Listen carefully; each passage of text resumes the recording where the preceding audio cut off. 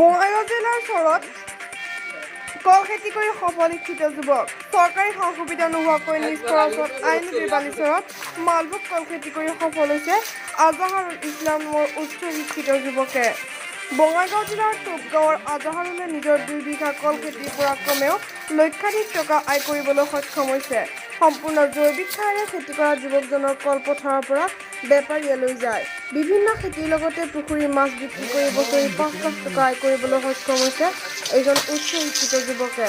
চৰকাৰী চাকৰিৰ আশাৰে খেতি কৰি সফলতা দেখা আজাহাৰুল ইছলাম আন যুৱকৰ বাবে আদৰ্শ হৈ পৰিছে। News desk report KPC news Assam. 2 বিঘামান কল খেতি কৰিছোঁ, মালভোগ কলৰ খেতি। আপোনাৰ ঠাইখিনিৰ নাম? আমাৰ এইখিনি ঠাইক টোপগাঁও প্ৰথম খণ্ড বুলি জনা যায়, সিজন গ্ৰাম ব্লকৰ অন্তৰ্গত আৰু আমাৰ পঞ্চায়ত কাছাৰীবিটি পঞ্চায়ত হয়। মই 2 বিঘা কল খেতি কৰি বছৰত প্ৰায় 1-1.5 লাখ মান টকা উপাৰ্জন কৰিব পাৰিছোঁ। আৰু মই এইখিনিতে এটা কথা আহ্বান জনাওঁ, যিখিনি শিক্ষক আমাৰ শিক্ষক সমাজ আছে নাইবা আমাৰ শিক্ষিত যুৱক সমাজ আছে, তেওঁলোকক মই কাতৰপীড়িতভাৱে আহ্বান জনাওঁ যে সাধাৰণতে বেছিভাগেই শিক্ষিত যুৱক যুৱতী চাকৰিমুখী হৈ ঘৰতে নিবনুৱা হৈ থাকে। তেওঁলোকৰ যদি পৰ্যাপ্ত পৰিমাণে মাটি আছে, তেওঁলোকে কল খেতি বা জলকীয়া খেতি বা আৰু বিভিন্ন ধৰণৰ খেতি কৰি সিহঁতে জীৱিকাৰ বাবে ভাল এটা উপাৰ্জনমুখী জীৱন বাছি ল'ব পাৰে। আৰু ইয়াতে মই ভাবোঁ চাকৰিমুখী জীৱনতকৈ বহুতে বেটাৰ বুলি মই নিজকে ভাবোঁ।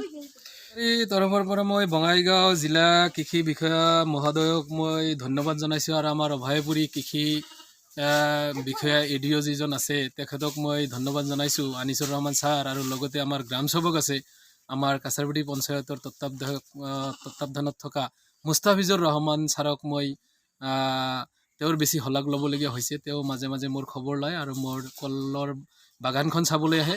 তেওঁ মাজে সময়ে মোক বিভিন্ন ধৰণৰ পেষ্টিচাইডৰ লগতে জৈৱিক সাৰো তেওঁ মাজে মাজে মোক প্ৰদান কৰি থকা মানে অনুভৱ কৰিছোঁ আৰু দিছেও। মই মুস্তাফিজুৰ ৰহমানক বহুত ধন্যবাদ জনাওঁ।